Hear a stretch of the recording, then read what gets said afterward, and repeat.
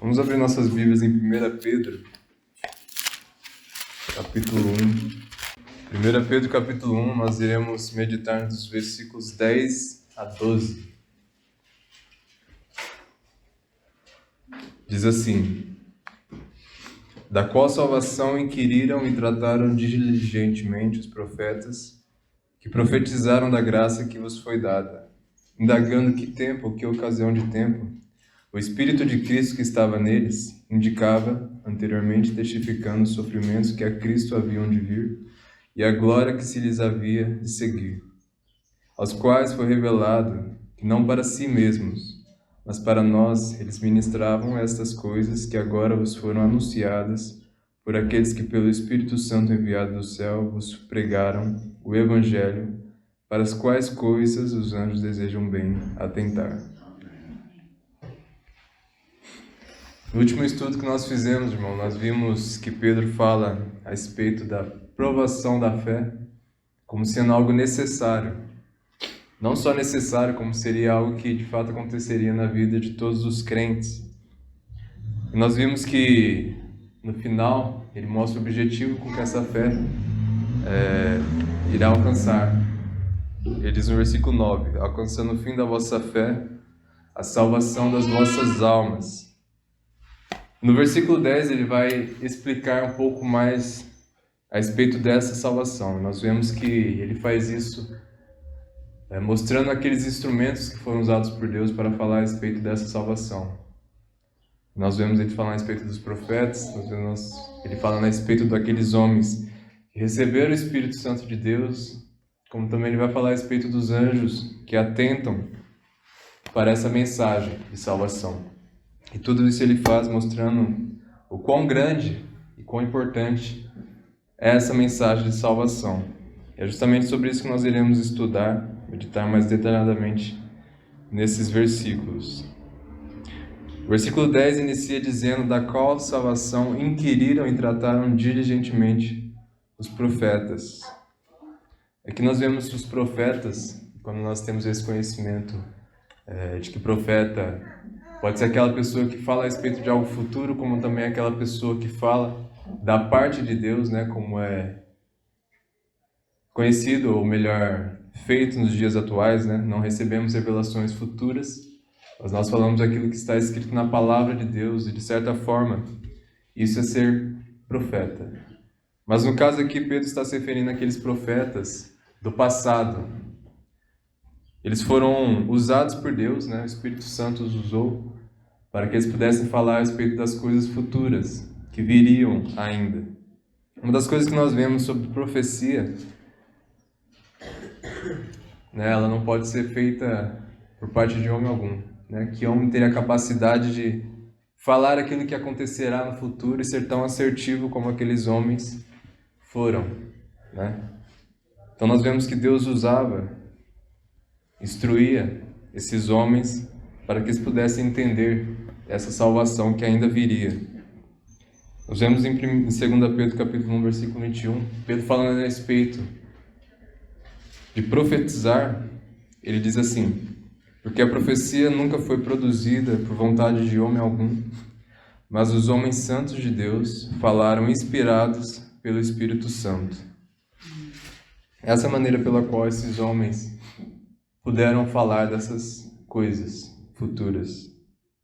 O Espírito Santo os iluminou para que eles entendessem essas coisas. Mas mesmo nós vemos que eles foram usados pelo Espírito Santo, aqui existem palavras que indicam que essas pessoas ainda assim procuravam entender melhor, investigar melhor aquilo que elas estavam profetizando. Ele usa aqui a palavra inquirir, essa palavra que se refere a uma pesquisa ou uma procura, uma investigação diligente por parte daquele que é o pesquisador. Isso mostra que aqueles homens tinham interesse, né, tinham uma curiosidade de saber os detalhes a respeito dessa salvação. Como também diz que eles trataram diligentemente.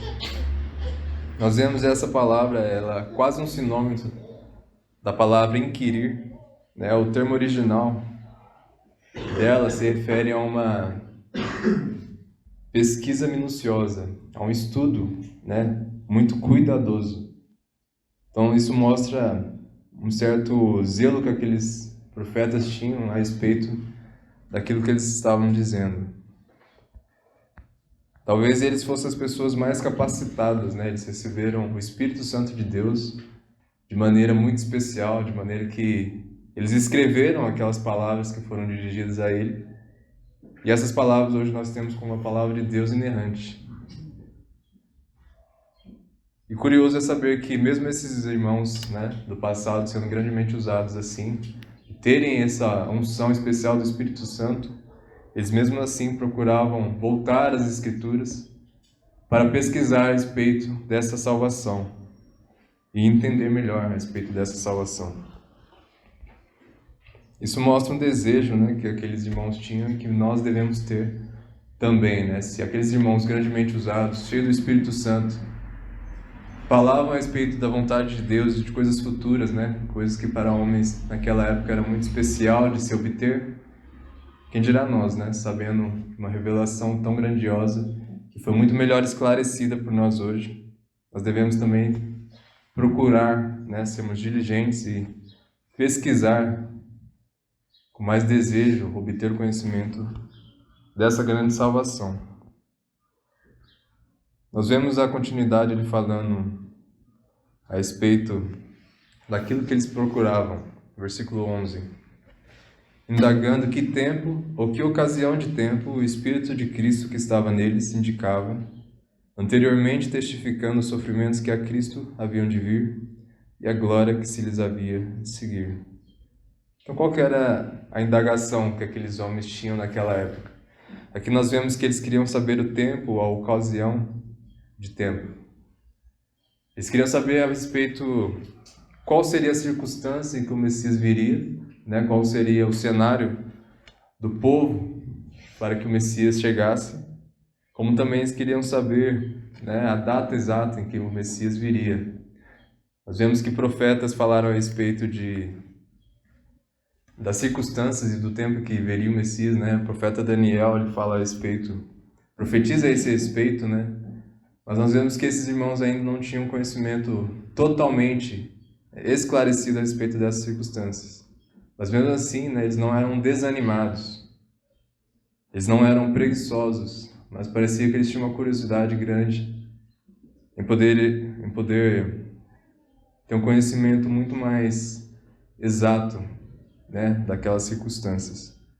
Uma coisa que nós podemos ver também a respeito desses profetas é que, apesar de eles não terem todo o conhecimento necessário, né, exaustivo a respeito dessa salvação, eles tinham o suficiente para que eles pudessem ser salvos, né?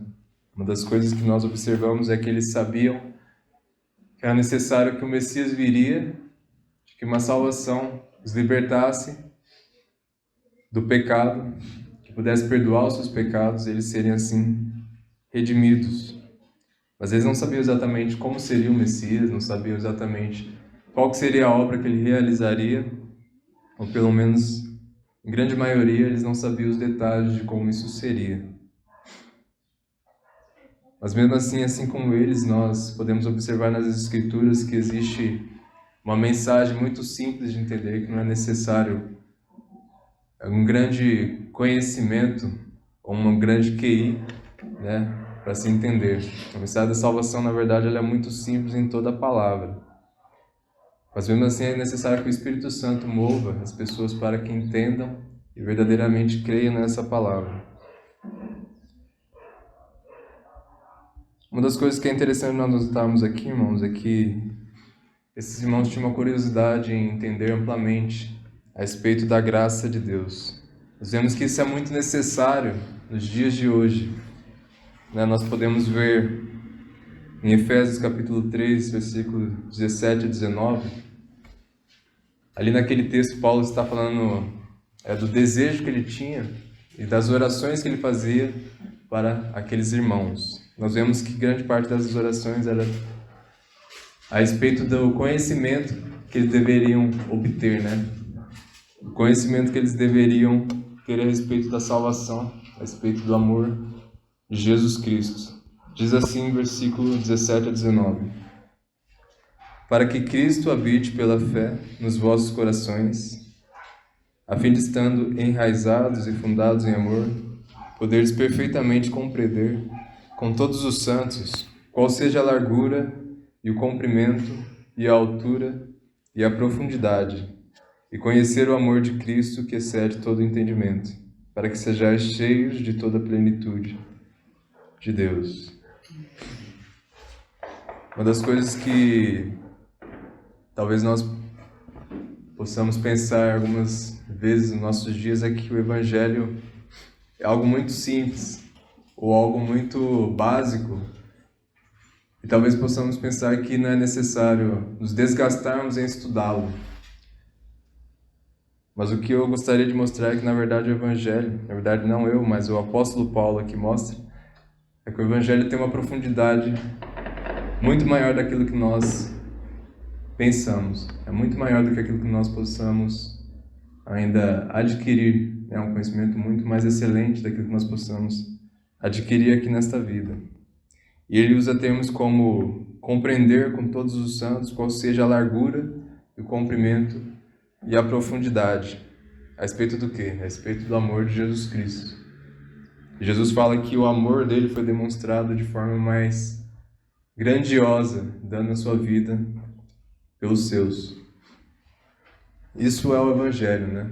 Isso é o amor de Deus que nós podemos ter como algo sobremaneira excelente. Hoje nós vimos, irmãos, estudando a respeito do amor, e ali Jesus fala do ensino que Deus mesmo deu a respeito do amor, né?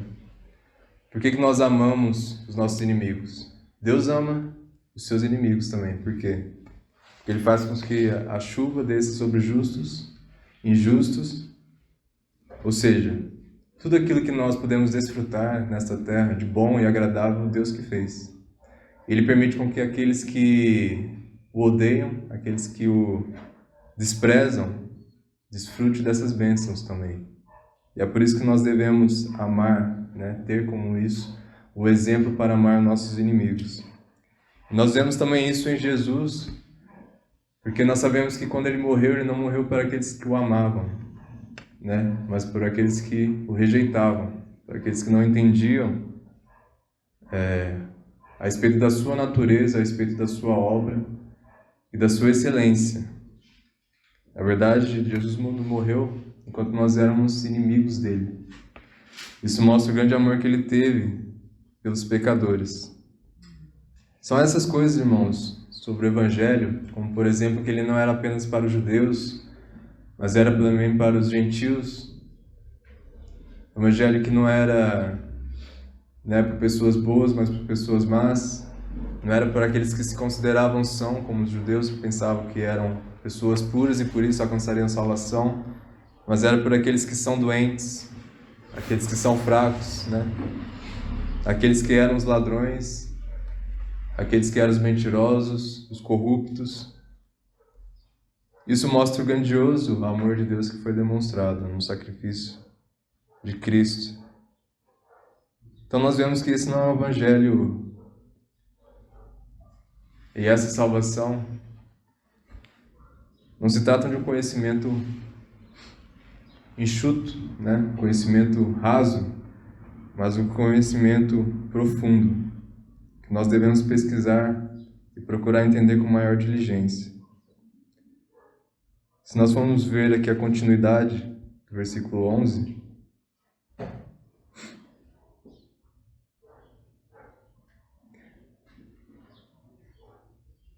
ele vai falar a respeito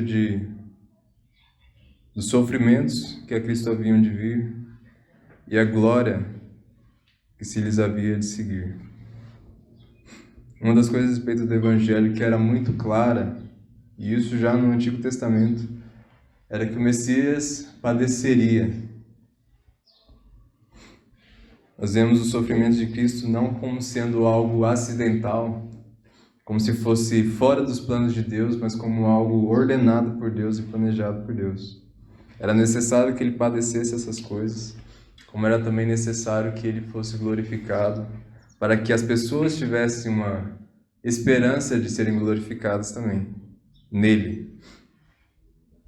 Nós vemos Jesus falando isso em Lucas 24, dos versículos 25 a 26. Ali é uma exortação aos discípulos, a respeito de quão lentos, quão tardios eles eram para entender aquilo que os profetas estavam dizendo. Porque os profetas falavam a respeito daquilo que Jesus padeceu. Mas os discípulos, mesmo andando com Jesus, vendo as grandes maravilhas que ele fez, quando Jesus foi preso para ser crucificado, essas pessoas não entenderam o que era aquilo e por isso se assustaram e fugiram. Isso mostra que eles tinham medo, Eles não compreendiam que aquilo era importante que acontecesse. Ele diz assim em Lucas 24, versículos 25 a 26.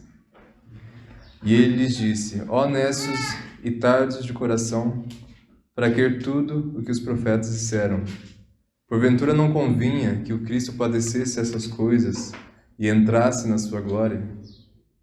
Nós vemos também que o apóstolo Pedro, o autor dessa carta aqui, ele também vai dizer, mais esclarecido a respeito do Evangelho, e isso nós vemos em Atos capítulo 3, versículo 18, que ele compreendia, ele foi ensinado por Jesus a respeito daquilo que os profetas disseram a respeito dele, como também daquilo que ele haveria de sofrer.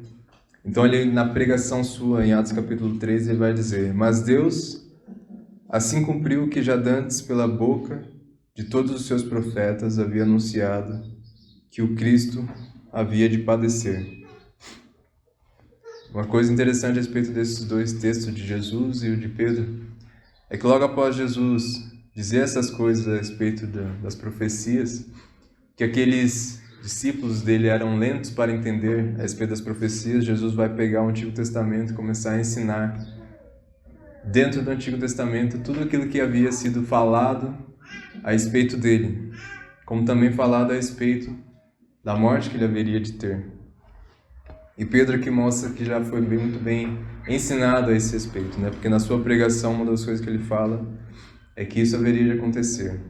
O Messias, ele foi ensinado no Antigo Testamento não como alguém que viria e socorreria o povo e livraria ele de alguma situação política, algum desconforto, mas que era necessário que ele vinha justamente para que morresse, fosse crucificado. Uma das coisas que nós não podemos ter como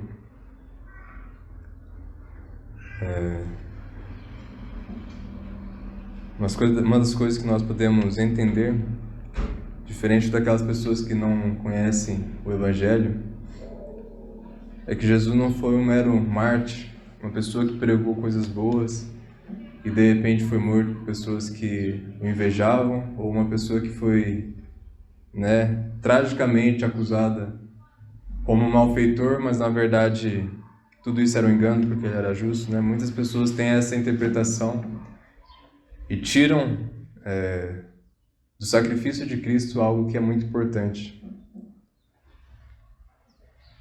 Que esse sacrifício foi algo planejado por Deus, não foi um acidente, não foi algo que escapou ali das mãos do poder de Jesus, ou do poder de Deus, mas como sendo algo necessário.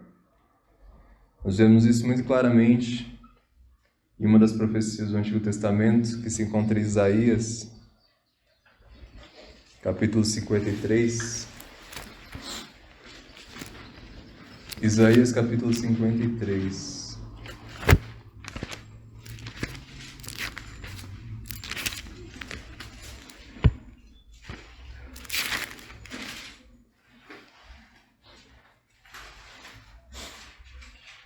Diz assim os versículos 1 a 9. Quem deu crédito à nossa pregação e a quem se manifestou o braço do Senhor, porque foi subindo como renovo perante ele, e como raiz de uma terra seca não tinha beleza nem formosura. E olhando nós para ele, não havia boa aparência nele para que o desejássemos. Era desprezado e mais rejeitado entre os homens, homem de dores e experimentado nos sofrimentos. E como um de quem os homens escondiam o rosto, era desprezado, e não fizemos dele caso algum. Uma das coisas que já podemos observar a respeito de como o Messias viria. E ele não viria com uma boa aparência.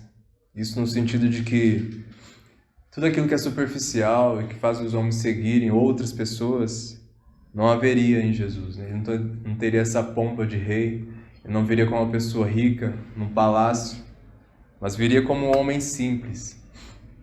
Então, o motivo de se seguir a Jesus não seria por conta da sua aparência. Na verdade, a sua aparência fazia com que ele fosse considerado comum, como um homem qualquer, que não deveria receber qualquer tipo de mérito.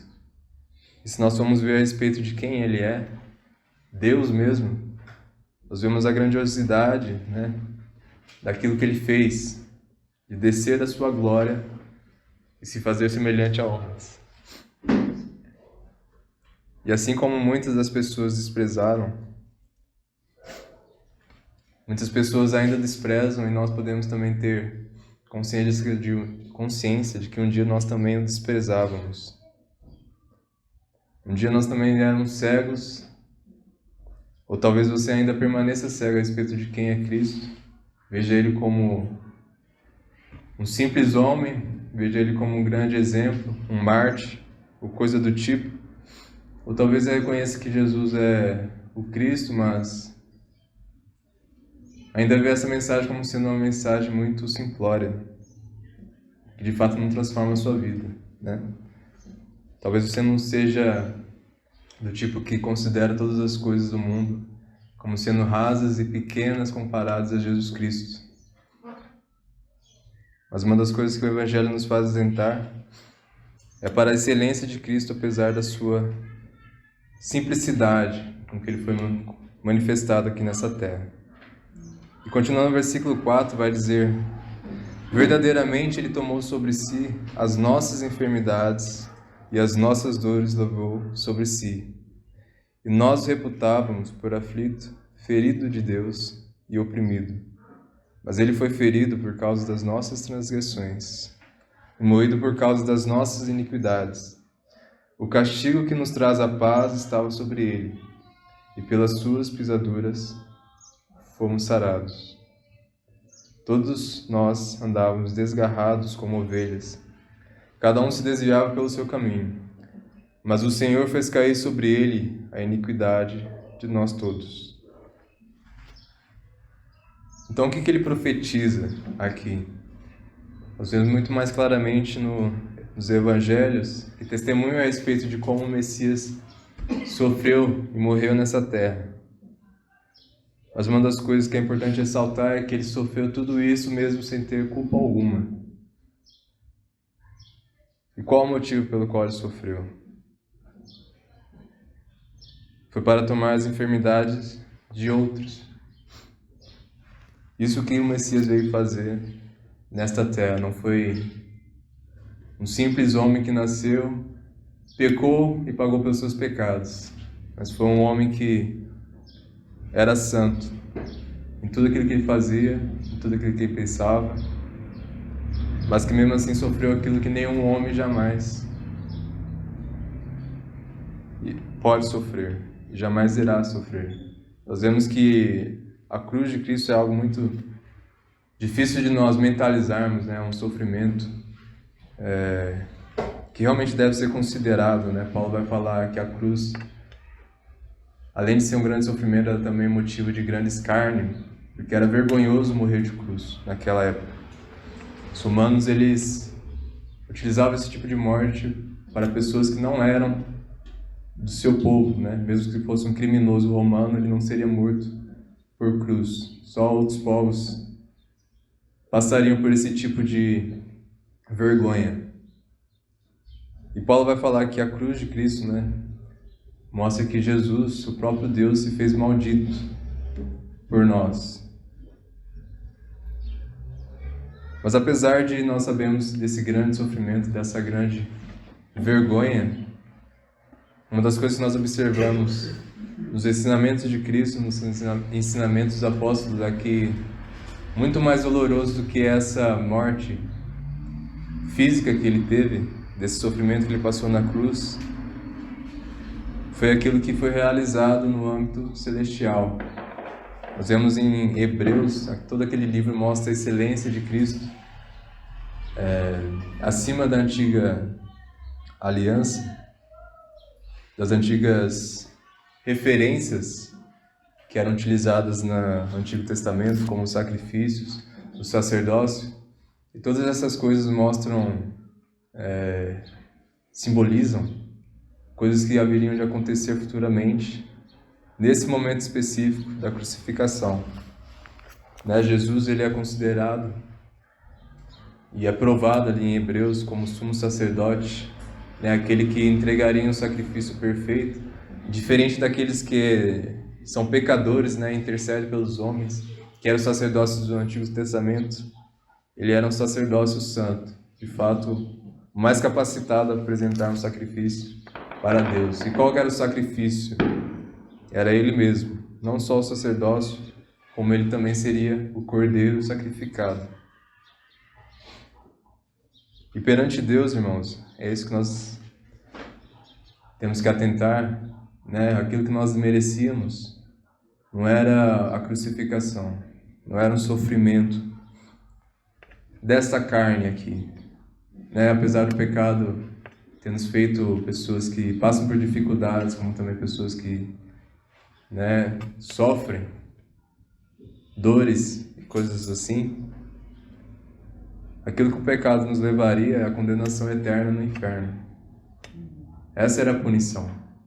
Então, quando Cristo ele fez aquele sacrifício, é importante nós sabermos que ali ele foi abandonado totalmente por Deus e sofrer aquela condenação eterna que nós deveríamos sofrer.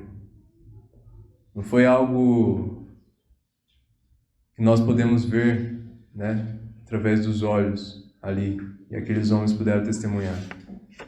Mas foi algo que foi realizado no âmbito celestial. O sacrifício feito perante Deus mesmo. Jesus ele suou gotas de sangue, não antevendo aquilo que ele sofreria nessa carne, mas antevendo aquilo que ele padeceria, que seria a ira de Deus. Ele diz: não afaste de mim esse cálice. Ele orou várias vezes para que Deus afastasse dele aquele cálice, se fosse da vontade de Deus. E o que o cálice representa? Representa ali a ira de Deus, a ira eterna de Deus, a ira justa de Deus. Mas por que ele tomou esse cálice? Para que aqueles que são os verdadeiros transgressores assim pudessem ter vida. Diz assim, versículo 7. Ele foi oprimido e afligido, mas não abriu a sua boca. Como um cordeiro foi levado ao matadouro, e como a ovelha muda perante os seus tosqueadores, assim ele não abriu a sua boca. Da opressão e do juízo foi tirado. E quem contará o tempo da sua vida? Porquanto foi cortado da terra dos viventes. Pela transgressão do meu povo ele foi atingido. E puseram na sua sepultura com os ímpios, e com o rico na sua morte, ainda que nunca cometeu injustiça, nem houve engano na sua boca. Se nós formos continuar, nós vemos também a respeito daquilo que aquele sacrifício traria a Jesus Cristo após a sua morte, que seria a sua glorificação. Jesus, fez algo que é impossível de ser superado aqui nessa terra. Não existe um acontecimento mais importante do que aquele que foi realizado 2000 anos atrás. Toda a história da humanidade converge a esse momento. Nós vemos no versículo 10,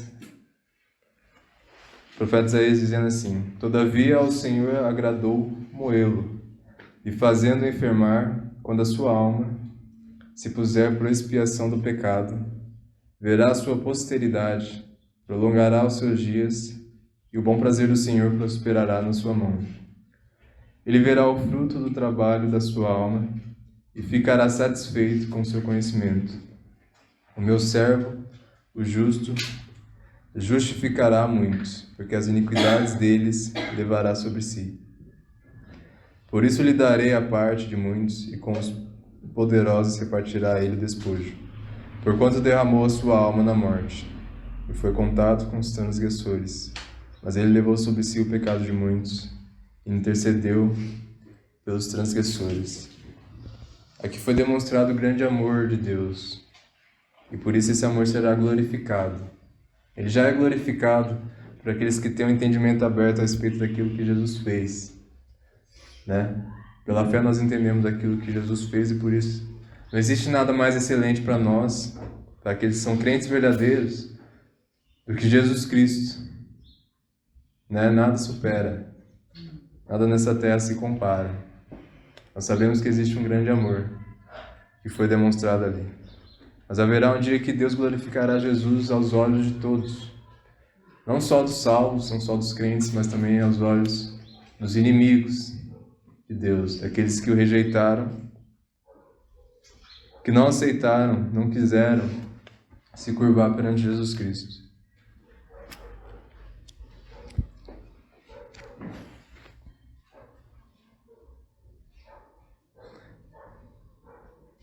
Deus deu essa missão a Jesus e todo o objetivo de Jesus aqui nessa terra foi fazer a vontade de Deus e glorificar a Deus. E por isso que Deus glorificará o seu Filho, como já o tem glorificado. Irmãos, não existe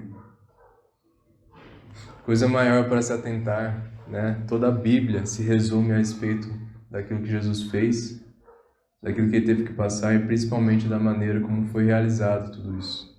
Os profetas, eles tinham conhecimento a respeito daquilo que Jesus faria, daquilo que o Messias viria fazer, mas não tinham conhecimento pleno. Nós vemos que eles entendiam a grandiosidade dessa salvação que viria, porque eles procuravam atentar para ela de forma diligente, pesquisar de forma atenta. Se nós formos ver, né, ao considerar aquilo que isso poderia nos trazer como aplicação, nós vemos a importância de nós atentarmos para essa salvação, né? Uma das maneiras que nós fazemos isso, e a principal maneira que nós fazemos isso é estudando a palavra de forma diligente. Era isso que aqueles profetas faziam. Eles mesmos escreviam aquilo que era inspirado pelo Espírito Santo, mas mesmo assim, não satisfeitos com o conhecimento que eles obtiveram, eles voltavam para as Escrituras para poder obter um melhor conhecimento. Nós lemos Efésios, né, capítulo 3, Paulo falando a respeito do desejo daqueles irmãos, que aqueles irmãos crescessem no conhecimento de Deus e a respeito do conhecimento e amor de Jesus Cristo.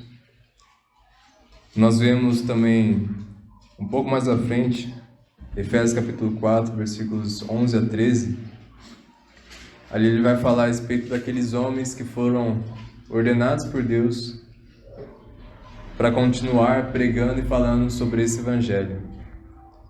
Ele diz assim, versículo 11: E ele mesmo deu uns para apóstolos, e outros para profetas, e outros para evangelistas, e outros para pastores e doutores, querendo o aperfeiçoamento dos santos para a obra do ministério, para a edificação do corpo de Cristo, até que todos cheguemos à unidade da fé e ao conhecimento do Filho de Deus, ao homem perfeito, à medida da estatura completa de Cristo. Esse capítulo 4 ele fala da importância da unidade, da fé, do conhecimento daqueles irmãos. Como era importante aqueles irmãos se sujeitassem uns aos outros, amassem uns aos outros e reconhecessem que Deus determina que alguns, né, separa alguns para determinadas obras. Não serão todos aqui que serão pastores futuramente, não serão todos aqui que serão evangelistas, né? Deus dá cada um dom conforme Ele quer. E Ele faz isso para quê? Para que haja crescimento na sua igreja.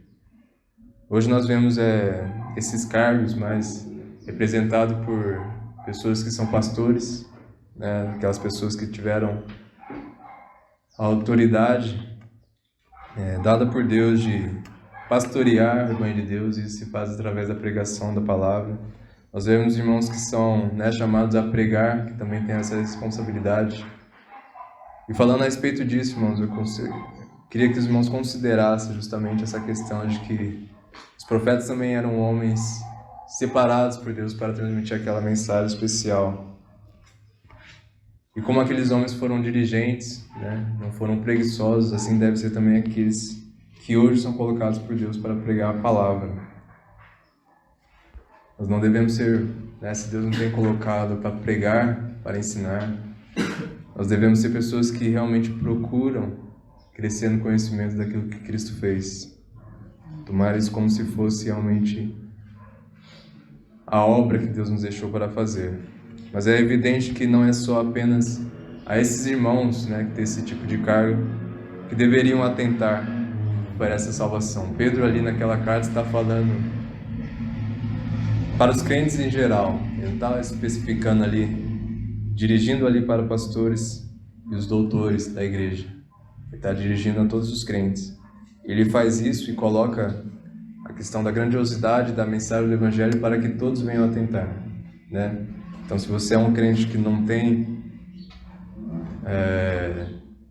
foi dada a oportunidade de pregar, você não vai ser um pastor, você não vai ser um dirigente ou coisa do tipo, é necessário que você também atente para aquilo que foi dito pelos profetas, para aquilo que foi dito pelos apóstolos, aquilo que foi dito pelos evangelistas, por Jesus Cristo na sua palavra, como também pelos ensinos daqueles irmãos que foram chamados por Deus para pregar, principalmente dos pastores. Todo evangelho deve ser considerado algo precioso, algo que pode transformar a vida, né? Não só transforma a nossa vida para que nós criamos em Deus, mas para que nós continuamos crendo e agradando a Deus. Continuemos crescendo em santidade. Voltando para 1 Pedro.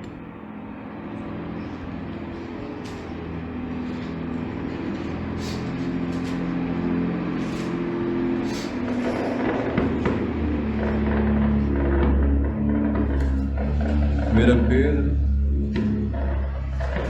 versículo 12, diz assim: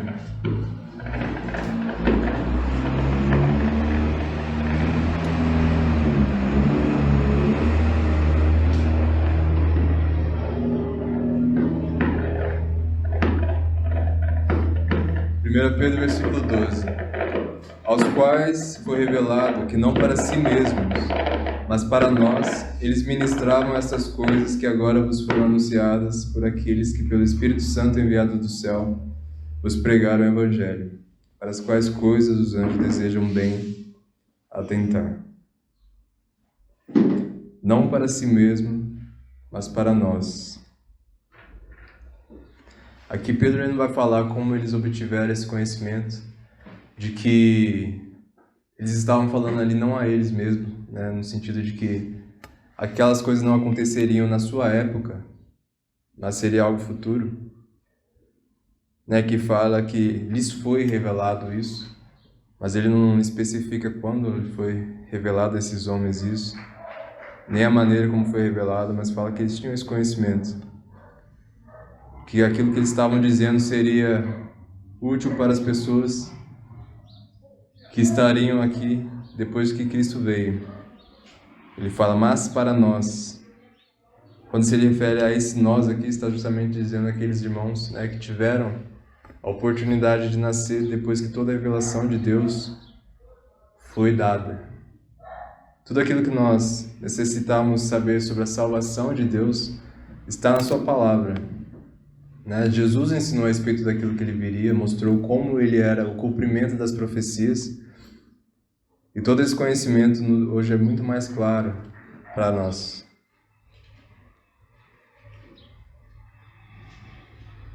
Nós vemos assim em Hebreus capítulo 11,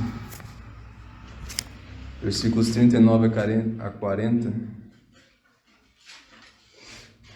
Esse é um capítulo que fala a respeito dos heróis da fé, falam de homens que eram do passado e demonstraram grande fé em Deus. E chega no versículo 39 a 40, o autor de Hebreus diz assim: e todos estes, tendo tido testemunho pela fé, não alcançaram a promessa, provendo Deus alguma coisa melhor a nosso respeito, para que eles, sem nós, não fossem aperfeiçoados. Aqui a promessa que ele está falando que eles não alcançaram, com certeza não é a salvação, né? Não é porque eles não tinham conhecimento exato e completo é que eles não alcançariam a salvação. Aqui ele está falando que eles não alcançaram a promessa no sentido de não alcançaram a data, a circunstância e o tempo em que o Messias estaria aqui nessa terra. Eles não obtiveram, né, o completo conhecimento daquilo que eles mesmos criam, a maneira como eles seriam salvos. E aqui o autor coloca nós como uma posição muito mais privilegiada do que a deles. Porque ele diz assim, provendo Deus alguma coisa melhor a nosso respeito. Como se nós, por estarmos, né, com a revelação completa a respeito dessa salvação, fôssemos mais privilegiados do que aqueles irmãos, do que aqueles heróis da fé. Muitas vezes nós olhamos para aqueles homens como grandemente abençoados, né? Nós vemos que eles tiveram a oportunidade de ver Deus fazendo grandes coisas, né? Deus movendo de forma misteriosa e milagrosa as coisas, salvando eles de maneira, né, excepcionalmente grandiosa, de forma não natural, né? Coisas que nós não vemos hoje em dia, mas nós muitas vezes nos deparamos com essas passagens e pensamos, nossa, quão grandioso seria viver nessa época e ver Deus fazendo essas coisas. Mas nós estamos em situação muito mais privilegiada, irmãos. E isso por quê? Porque nós temos um conhecimento, ou temos a oportunidade de ter um conhecimento muito mais amplo a respeito do amor de Deus. É por isso que nós somos privilegiados, né? Porque nós podemos meditar na palavra de Deus, obter conhecimento a respeito das profecias que ele realizou no Antigo Testamento, assim como o cumprimento dessas profecias no Novo Testamento.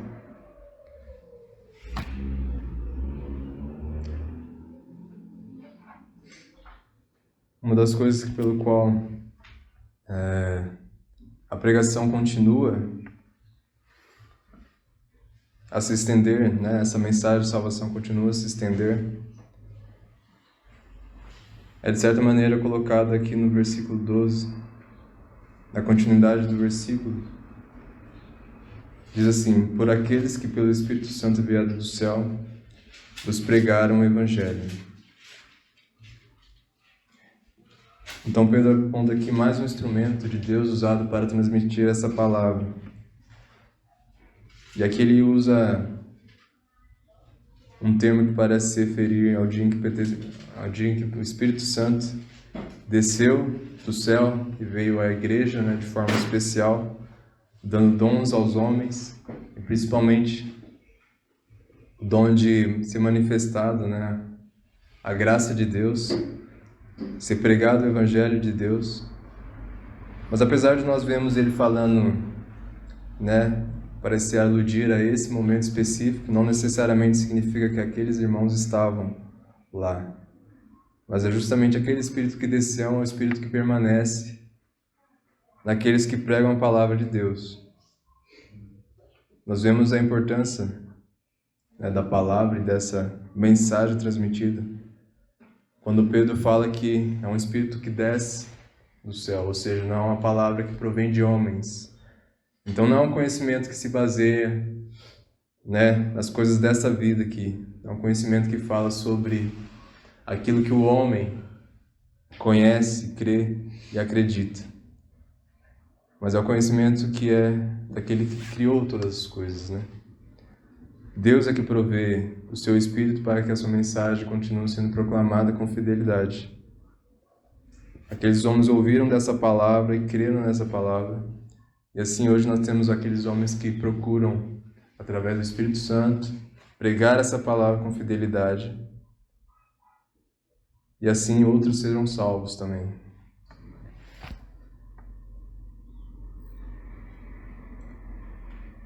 Nós vemos que, apesar de esses homens eles terem, né, o Espírito Santo de Deus, eles não negligenciavam a leitura e o estudo da palavra de Deus. Isso nós vemos, né, em toda a Escritura, principalmente no Novo Testamento. Aqueles homens eram homens que, né, prisavam por ler e estudar a palavra. Nós vemos que os apóstolos faziam isso, né? Jesus os levou a fazer isso. Quando começou a ensinar a respeito dos profetas, nós vemos que Paulo também, né, fala isso a Timóteo, em 1 Timóteo capítulo 4, versículo 13. Ele vai, né, exortar Timóteo que persista em ler. Né? Paulo também era uma pessoa que buscava ter melhor conhecimento a respeito dos profetas, a respeito do Evangelho. Ele fala para Timóteo que traga, né, os seus pergaminhos, os seus livros. Então nós vemos que esses homens eram homens que estudavam a palavra de Deus. E não eram aqueles homens que, por saberem ter o Espírito Santo trabalhando neles, ficavam sentados e esperavam que o Espírito Santo os revelassem coisas milagrosamente. Apesar do Espírito Santo habitar em nós, né, e ser um Espírito divino que conhece todas as coisas, isso não deve nos tornar negligentes com relação ao estudo da palavra de Deus. E isso principalmente para aqueles que se colocam a pregar a palavra de Deus. Nós vemos que os homens grandemente usados por Deus, através da história da igreja, eram homens que se colocavam, né, e se empenhavam grandemente a estudar a palavra. Não eram homens que se sentavam e diziam ter uma revelação de Deus, do Espírito Santo. Na verdade, esses homens foram os que propiciaram grandes heresias dentro das igrejas. Então, apesar de profetas terem o Espírito de Cristo revelar aquelas coisas maravilhosas que haveriam de acontecer, como também esses homens que pregaram a palavra, não por parte deles, mas por parte do Espírito Santo que desceu do céu, eram homens que se empenhavam em examinar as Escrituras. Isso deve nos exortar, deve nos ensinar alguma coisa, né, irmãos? A palavra de Deus, ela é rica e, de fato, o Espírito Santo nos mostra essas coisas. Mas é necessário que nós procuramos cada vez mais estudá-la. E de que maneira, né? Da mesma forma como os profetas, diligentemente, de maneira minuciosa, de maneira cuidadosa, procurando entender aquilo que Deus diz, não procurando fazer com que as nossas ideias, de alguma forma, interfiram naquilo que a palavra de Deus está dizendo. Essa é uma exortação principal àqueles que são pregadores, irmãos. É um foco aqui que eu estou querendo colocar, porque nós vemos que eram homens que realmente colocavam, de alguma forma, como ensinadores da palavra. Profetas eram ensinadores da palavra. Aqueles homens ali que pregaram através do Espírito Santo eram os apóstolos, eram os discípulos, eram os pastores daquela época. Por isso que é necessário que nós entendamos, né, que o Espírito trabalha. Isso deve nos humilhar. Não pensar que nós somos os autores da palavra de Deus, que nós temos uma revelação que é por nossa conta, que é por causa da nossa inteligência. Mas é o Espírito Santo que nos abre os olhos para essas coisas. Mas não pensar que é porque é o Espírito Santo que trabalha dessa forma milagrosa é que nós devemos ser negligentes. E a última coisa, irmãos, que ele vai falar, que mostra a grandeza dessa mensagem, é no final do versículo 12. Para as quais coisas os anjos desejam bem atentar. Muitas vezes a palavra anjo é usada para se referir a pastores no Novo Testamento, mas aqui no caso ela se refere a justamente os anjos celestiais, né, e não aos pastores. Então nós vemos aqui mais uma demonstração de quanto é necessário ver a grandeza do Evangelho. Não quanto é necessário, mas quanto é grandiosa a mensagem do Evangelho. A maneira como Deus se propôs a salvar os homens. Os anjos poderiam estar se indagando a respeito de muitas coisas nesta vida, procurando saber de várias coisas que às vezes nós pensamos ser curiosas e que nós gostaríamos de entender melhor. Mas aquilo que os anjos fazem é se atentar para aquilo que é pregado na igreja. Nós vemos a palavra que foi traduzida como desejam bem atentar. Essa palavra no termo original ela se refere a uma curiosidade que leva a algum tipo de atitude, né? Ela é usada também para se referir a alguém que, querendo ver alguma coisa, conhecer alguma coisa, estica o seu pescoço para que possa enxergar e observar melhor aquilo. E essa é a atitude que os anjos têm com relação à pregação do Evangelho. É algo que eles procuram entender melhor. Eles não são seres oniscientes, eles têm as suas limitações, mas com certeza eles são superiores aos homens. E qual que é o assunto daqueles anjos que são celestiais, que são puros, que fazem eles terem essa curiosidade, que fazem com que eles tenham essa atenção? É o Evangelho. É isso que que toma a atenção desses seres. Em Efésios capítulo 3, versículo 10 diz assim: para que pela igreja a multiforme sabedoria de Deus se torne conhecida agora dos principados e potestades nos lugares celestiais. Então é por meio da igreja, dessa palavra que é pregada, que é ensinada, que é de forma diligente, instruída e passada, que é conhecida a sabedoria de Deus, a multiforme sabedoria de Deus. E é por meio dessa palavra pregada que os anjos tomam conhecimento a respeito dessa grande salvação, desse conhecimento. Isso deveria nos mostrar, irmãos, que muitas vezes nós não entendemos ou não percebemos a grandiosidade daquilo que nós temos e o privilégio que nós temos. Nós poderíamos observar as várias coisas que nos chamam a atenção neste mundo e ver elas como coisas muito pífias, né? Coisas muito insignificantes. Não é que elas não deveriam, de alguma forma, em certos momentos, tomar a nossa atenção, mas é que, com certeza, irmãos, se nós compararmos ela com a mensagem que nos foi trazida, essas coisas são muito pequenas. Essas coisas elas não foram profetizadas. Não vem um anjo de Deus ou o Espírito Santo de Deus através de homens para nos falar a respeito dessas coisas que nós consideramos tanto e nos chamam tanta atenção. E nem os anjos são preocupados em saber a respeito dessas coisas. Isso deveria mostrar a nós aquilo que nós deveríamos procurar obter com melhor entendimento, obter de forma mais diligente, gastar melhor o nosso tempo. Para concluir, irmãos, em resumo, o que nós vimos, ou o que Pedro coloca aqui nessa carta, nesse trecho específico, é que existe uma esperança de salvação que foi dada ao crente, e essa esperança, ela permeia toda a história da humanidade. Ela foi profetizada desde Gênesis. Nós vemos Moisés falando a respeito da salvação, ao descrever a história de como tudo foi criado. Nós vemos no decorrer da história de Israel essa promessa de salvação sendo feita, como nós vemos também o cumprimento dela e a pregação dela no Novo Testamento. Essa mensagem que deveria permear, chamar a atenção daqueles irmãos, inclusive naquele momento de dificuldade que eles estavam passando.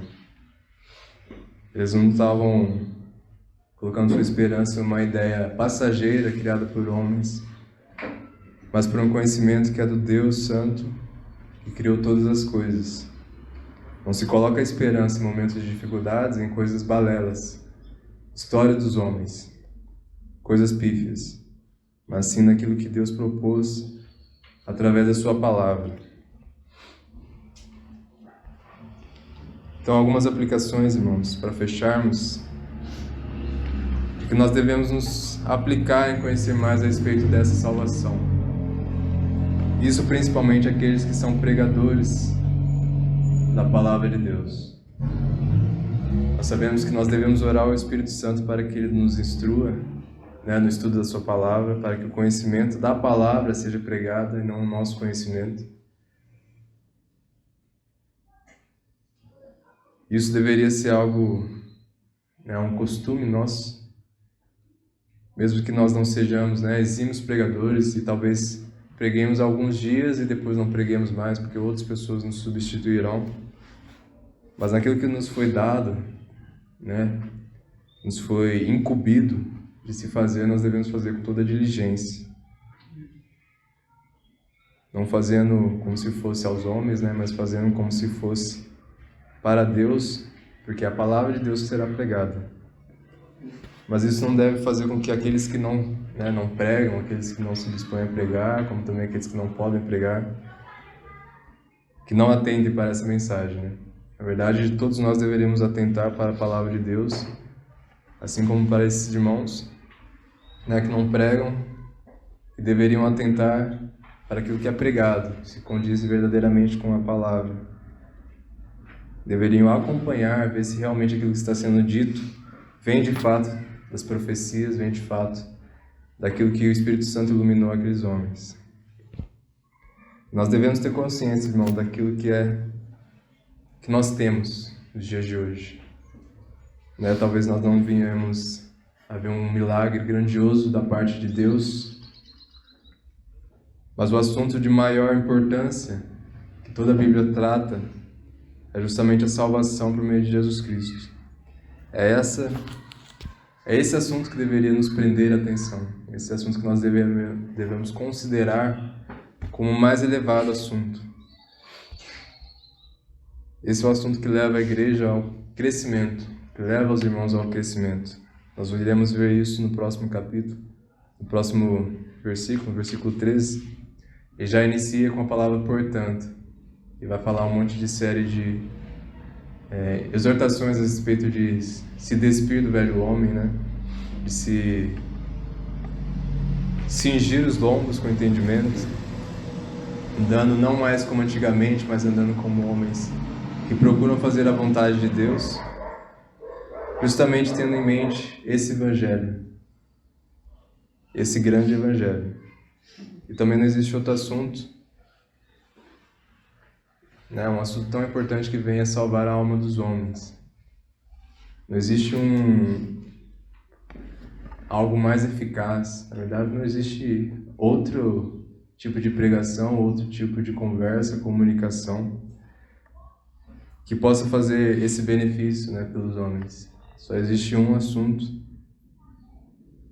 que nos foi dado, e é dessa salvação. Então, que nós possamos, de fato, ver a grandiosidade daquilo que nós temos e sabemos a importância que nós devemos dar àquilo que Deus nos mostra através da sua palavra. Amém?